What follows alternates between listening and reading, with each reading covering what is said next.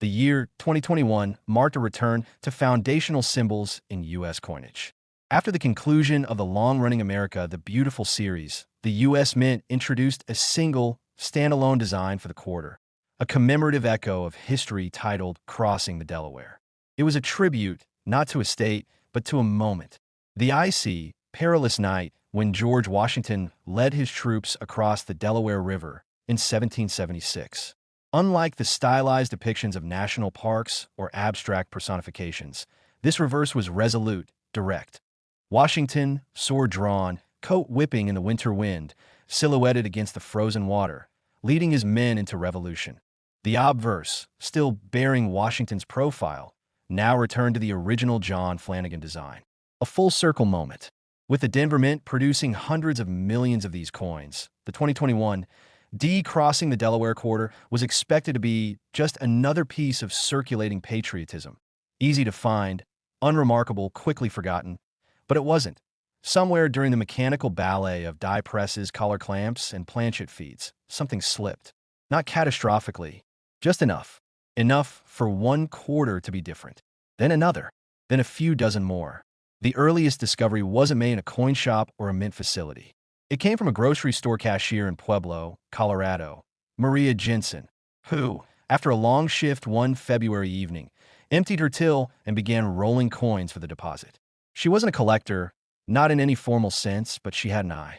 A childhood habit of sorting wheat pennies with her grandfather had taught her to trust when something looked off. Point one quarter in particular caught her attention. Washington's face seemed thinner. The word liberty almost touched the rim. And on the reverse, the normally bold E pluribus unum was faint, like it had whispered onto the coin rather than been struck. She set it aside. Later that night, beneath her kitchen light, she examined it again. The edge of the coin was distorted, not in its roundness, but in how the rim was shaped. It had what looked like an extra lip or a shadow of metal curling upward just beyond the edge. And the reverse design? Washington's outstretched sword looked doubled. No, not mirrored. Shadowed. The blade carried a ghost image. She rubbed her thumb across it. It wasn't damage. She posted a photo on a coin forum the next day, expecting silence. Instead, replies came fast. Looks like a die clash, one user wrote. Check the reverse under magnification. Look to the right of Washington's hat. She did. And there it was, a strange curve, shallow but deliberate, that didn't belong. It didn't match the background. It didn't belong to any visible part of a normal die. It was foreign, ghost-like, a remnant of something struck out of place. Word spread slowly at first. A few more surfaced in Denver and Albuquerque. A user from Texas found one with a distorted R in quarter, as if the serif had melted slightly. Another collector spotted an odd weakness in the star above Washington's shoulder. Every coin was slightly different, yet all shared certain markers: misaligned devices, shadow designs, edge flaring, and light impressions of design elements that shouldn't have been there. The phenomenon gained a name in error circles: the 2021 D-clash die/collar mismatch variety, though some simply called it the sword shadow quarter. The underlying issue, as numismatists later proposed, stemmed from a misaligned collar during striking, paired with premature die contact, when the dies strike each other without a planchet in between. The result was ghost impressions transferred from one die to the other. Then, once coins were struck properly, those ghosts showed up faintly in places they never should have. An official statement came from the Mint. But the evidence was growing. Professional graders began receiving submissions. PCGS and NGC authenticated the error, giving it a formal designation: die clash with collar clash, reverse die, stage A through C. Depending on how early in the process the coin was struck, the clash would be more or less severe. Early stages bore clear doubling along the sword, and an extra curve beneath the eagle's wing. Later stages showed faint, warped text and distortion near the rim. Maria's coin, confirmed as a stage A, graded MS-65. The first of its kind. She didn't sell it, but others did. In early 2022, one error quarter with strong clash marks sold online for $180. A few weeks later, a Stage B example went for $310 at a regional coin show. The market hesitated at first. Modern error quarters don't always gain traction, but this one was different. The combination of symbolic design, sudden clash, and collar misalignment gave a unique pedigree. WY summer, demand had surged. Collectors who had once overlooked modern-clad quarters were now scouring rolls, grabbing bank boxes, even checking pocket change with newfound obsession. One dealer in Phoenix reportedly paid $1,000 for a complete three-coin set. One example from each progressive die stage. But then, something changed at a fourth-stage coin surfaced, an MS-66 example where the die clash had advanced so far that a new shape emerged behind Washington's head. At first, it was thought to be damage or die wear. But upon closer inspection, it appeared to be a partial transfer of the reverse eagle's wingtip, arching behind the general's silhouette. That wasn't part of any known design. It had been transferred during a catastrophic die contact event, one that scarred both dies permanently. The coin was dubbed Phantom Wing. Only two were known to exist. WY early 2023, the Phantom Wing variety was fetching serious offers. One changed hands privately for a rumored $3,800. No confirmación, no receipte, but the whispers were everywhere. Collectors were now battling not just for types, but for specific strikes, die states, transitional anomalies. What started as a ghost image on a sword had become a map of mechanical decay. And yet, the twist wasn't in the clash itself. The IT came from a Mint Workers anonymous forum post, buried in a thread about die care. A user claiming to be a 2021 Denver press technician admitted that one of the crossing the Delaware dies had cracked mid-run and was improperly replaced. No shutdown, no reset.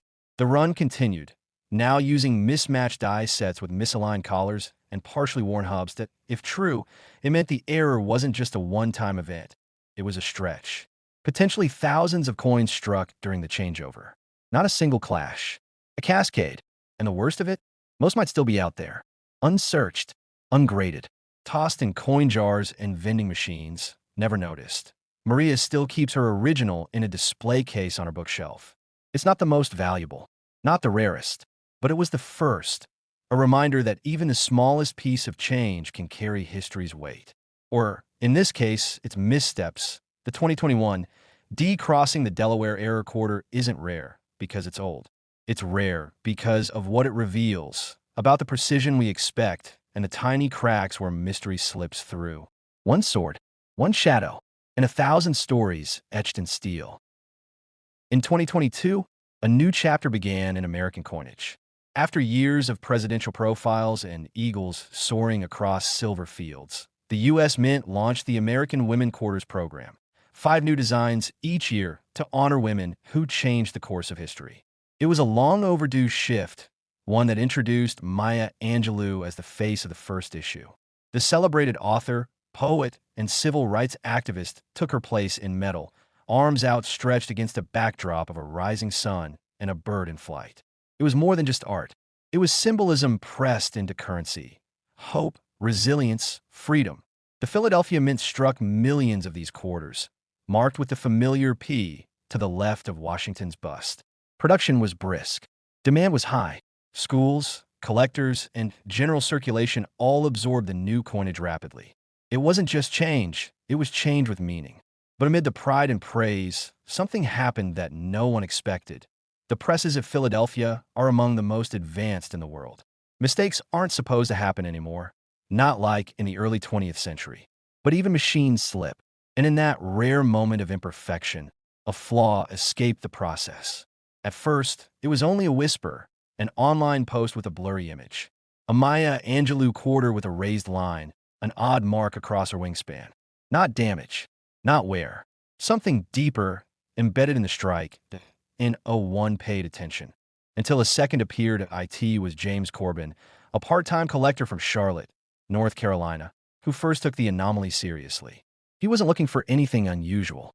His focus had always been on Buffalo nickels, old silver halves, the classics. But on a lunch break walk, he stopped at a convenience store, grabbed a soda, and received 4 quarters and change. One of them shimmered oddly under the fluorescent lights. He turned it in his hand, paused. The front was fine. George Washington faced right now. Thanks to the redesign, his profile sharper and more detailed than before. But on the reverse, Maya Angelou looked different. The winged silhouette behind her had a raised streak running diagonally across it, almost like a crack, but with no break, as if the metal had bunched beneath the die. creating a strange ripple in the surface.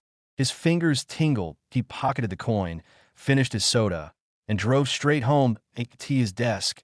Under magnification, the detail was clearer. The streak ran from her right shoulder down through the bird's tail feathers, and there were faint doubling marks on the inscriptions. Maya Angelou especially looked heavier, the letters seemingly shadowed. He checked forums, talked to other collectors, and that's when he learned he wasn't the only one. More images began to surface. Some showed the streak, others showed doubling on the obverse instead, particularly around Liberty and the Eye of Washington. Some even claimed to see a phantom second wing. There was no consensus. Some dismissed it as die deterioration, but a few recognized it for what it was, a retained cud, possibly paired with a minor double die. What made it chilling was its precision. The streak wasn't random. On each affected quarter, it followed the same trajectory, beginning just above Angelou's shoulder and slicing across the bird's wing. A deformation like that didn't come from casual wear or postmint damage. It came from something beneath the die surface, a fragment that had cracked internally but hadn't broken free. A retained cud, caused when a piece of the die fractures yet remains in place, still striking coins but creating a raised distortion in the design. The mint never acknowledged it. As with most modern errors, silence is policy. But that didn't stop collectors from chasing it. James sent his coin to PCGS for grading. Weeks later, it came back slabbed, labeled retained cud/possible DDO reverse. MS-65. The designation alone sent ripples through the community.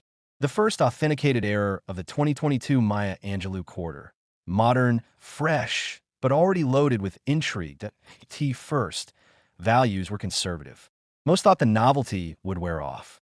A few early sales floated between $80 and $120. Then someone listed one on eBay, another confirmed cud variety, and it sold for $275. A third came up for auction at a regional show and fetched nearly $400. Now collectors weren't just watching. They were hunting. Rolls of 2022 P quarters began disappearing from bank branches across the East Coast. YouTube channels lit up with videos claiming finds, though many were fakes or misunderstandings. The true error, defined by the exact location of the cud and the doubling, remained scarce. Less than 50 confirmed, despite hundreds of thousands of coins examined. Then came the twist. In the summer of 2023, a grader at NGC noticed something different about one particular submission. It had the cud, the doubling, the same markings, but something else too. A die chip, located just above the Y in MYA. A tiny raised bump, like a blister.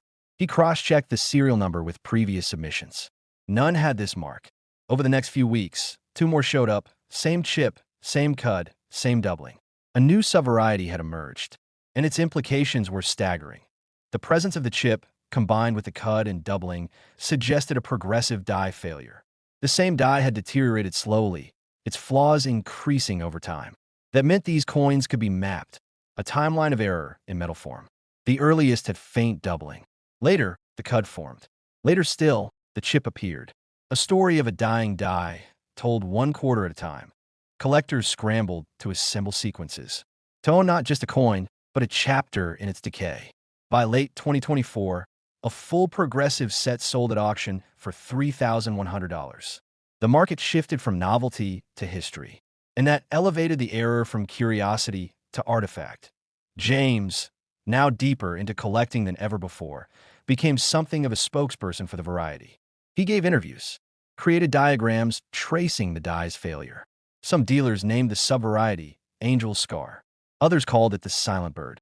The mint remained quiet, but the coin kept speaking, its raised streak a whisper of imperfection, its doubled letters a reminder that even in the most advanced systems, something human always lingers. A crack, a shift, a mistake that becomes meaning.